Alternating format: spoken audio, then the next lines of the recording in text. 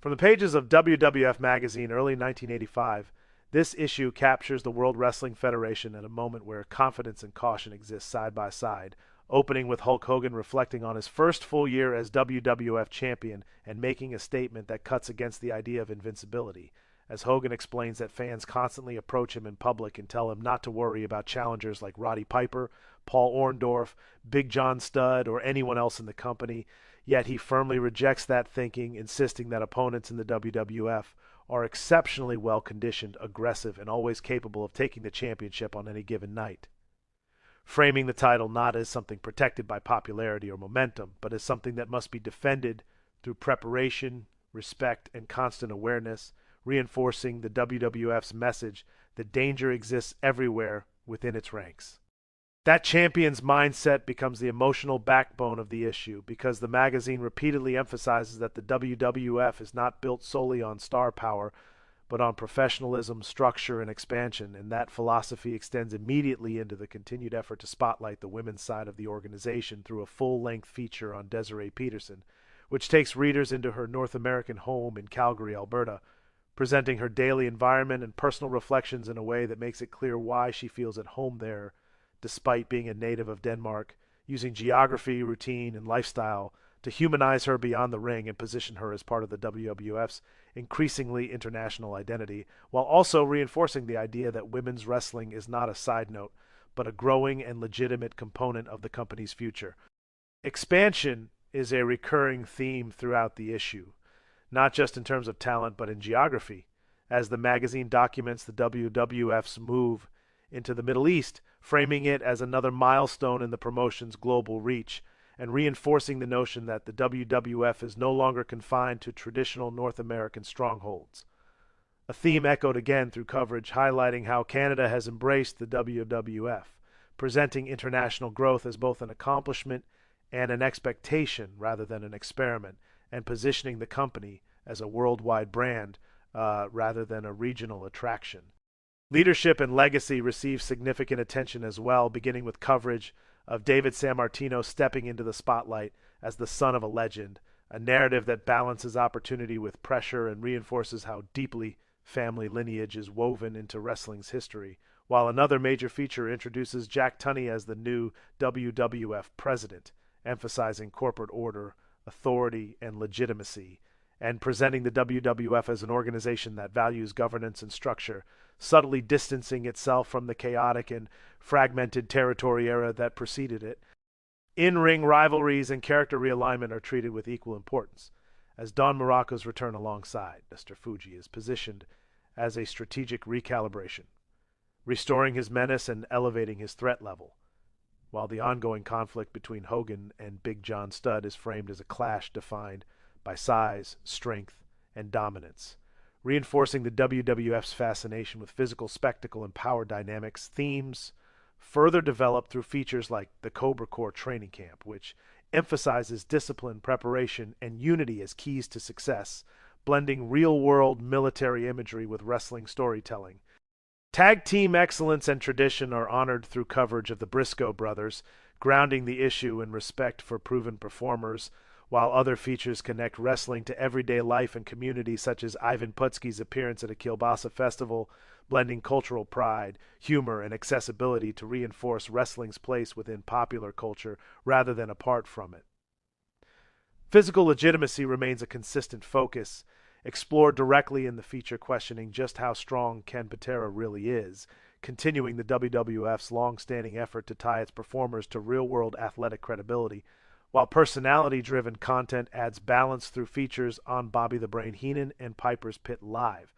both of which reinforce that verbal confrontation, charisma, and spectacle are just as essential to the WWF's identity as in-ring competition. Regular departments provide rhythm and continuity throughout the issue, including One Woman's View, which broadens perspective in this corner, which anchors editorial voice, WWF highlights, which capture notable moments across the promotion, History Library, which links the present to the past, a match to remember, which immortalizes a specific bout, and the Mailbag, which brings fan voices directly into the conversation and reinforces the idea that readership engagement is a vital part of the WWF ecosystem. Woven through all of this content is one of the most revealing elements of the entire issue,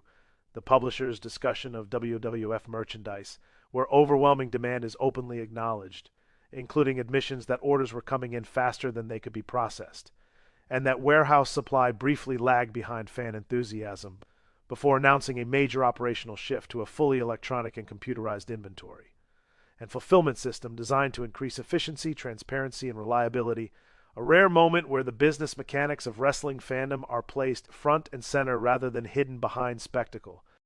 This transparency leads directly into what the publisher describes as an unprecedented offer, guaranteeing delivery within 4 to 6 weeks for any merchandise ordered after December 1st, 1984, or double the customer's money back, a bold promise designed to restore confidence and demonstrate accountability,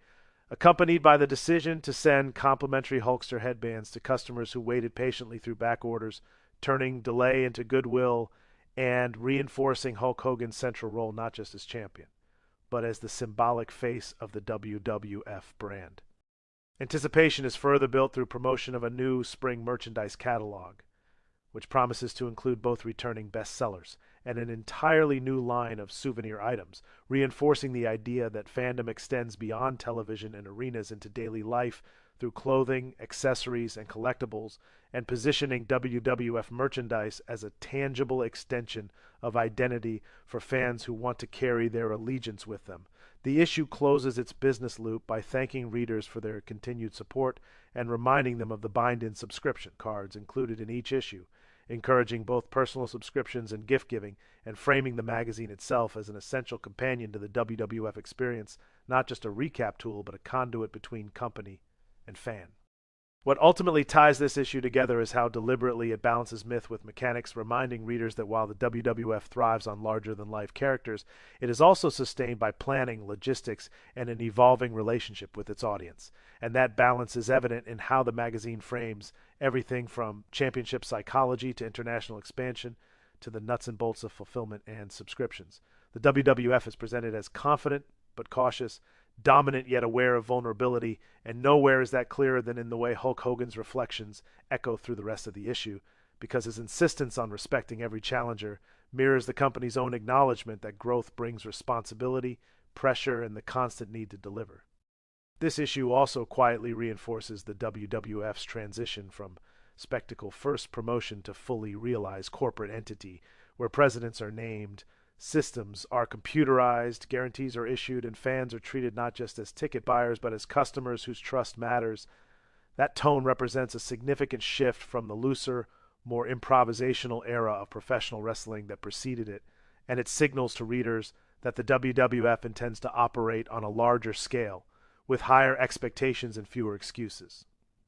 At the same time, the magazine never loses sight of wrestling's emotional core, returning again and again to stories of legacy, preparation, and identity. David Sammartino's presence reminds readers that wrestling heritage carries both privilege and burden.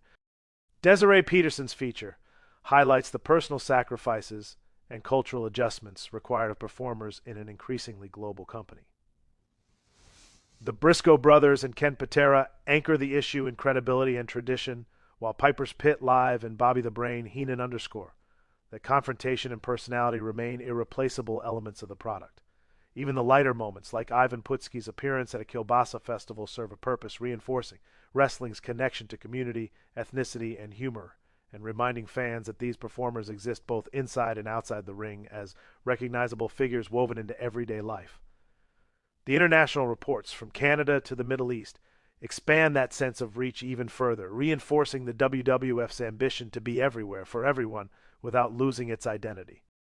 Taken as a whole, this issue captures the WWF at a pivotal moment, confident in its champions, serious about its growth, attentive to its fans, and increasingly aware that success must be maintained through discipline as much as spectacle.